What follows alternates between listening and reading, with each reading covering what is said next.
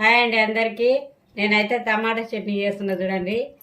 చాలా బాగుంటుంది చూడండి. టమాటా చట్నీ అన్నంలోకైనా చపాతీలోకైనా. ఈ పావు కిలో టమాటాలు అండి, ఇవి చాలా బాగుంటాయి. చట్నీకి కావాల్సిన పదార్థాలు అండి: పావు కిలో టమాటాలు, కొంచెం చింతపండు, కొన్ని 4-5 ఎల్లిపాయలండి, పల్లీలు అండి, పావు కేజీలో సగం ఉంటాయండి పల్లీలు, జీలకర్ర అండి, కొంచెం జీలకర్ర, పసుపు అండి, కొద్దిగంత పసుపు, ఈ చెంచాతోటి చెంచాన్నర కారం అండి. కొంచెం తక్కువ తిన్నట్టు తక్కువ వేసుకోండి కారము.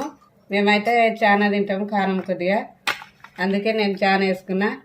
మీరు ఎలా తింటే అలా వేసుకోండి. నూనె అండి, చట్నీకి కావాల్సిన నూనె చాలా బాగుంటుంది.